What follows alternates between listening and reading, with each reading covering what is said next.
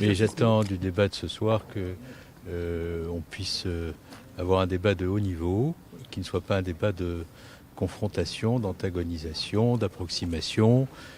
Parfois même pour certains candidats, il ne manque pas d'user des mensonges pour essayer de convaincre. Je souhaite qu'on ait un débat qui soit au niveau de la situation. Il y a une grave crise qui résulte d'une menace terroriste sur l'Europe. Nous avons rehaussé considérablement le niveau de nos services de renseignement. Nous avons créé 9000 emplois dans la police et dans la gendarmerie. Nous avons réformé nos dispositifs antiterroristes. Nous avons rétabli le contrôle aux frontières. C'est nous qui l'avons fait.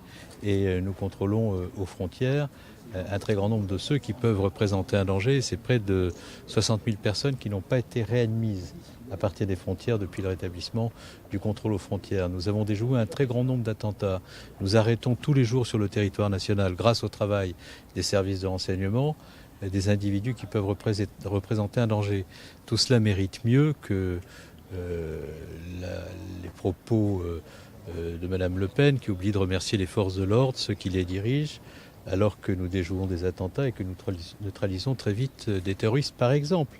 Lorsque nous créons 60 000 emplois dans l'éducation nationale, que nous remettons en place la formation des enseignants, ça mérite d'autres propos que ceux qui peuvent être tenus sur l'école. Lorsque nous menons une politique économique dans un contexte d'effondrement de la compétitivité de nos entreprises en 2012, d'effondrement de certains secteurs industriels comme l'automobile, qui permet de redonner des marges aux entreprises, de recréer les conditions d'un investissement industriel et de commencer à obtenir des résultats sur le terrain de l'emploi, ça mérite une approche un peu plus nuancée que ce que l'on peut entendre ici ou là. Donc moi je souhaite que ce débat de ce soir soit un débat où on convoque la vérité et la raison et pas les instincts et les mensonges. Justement, vous allez le suivre ce débat ce soir?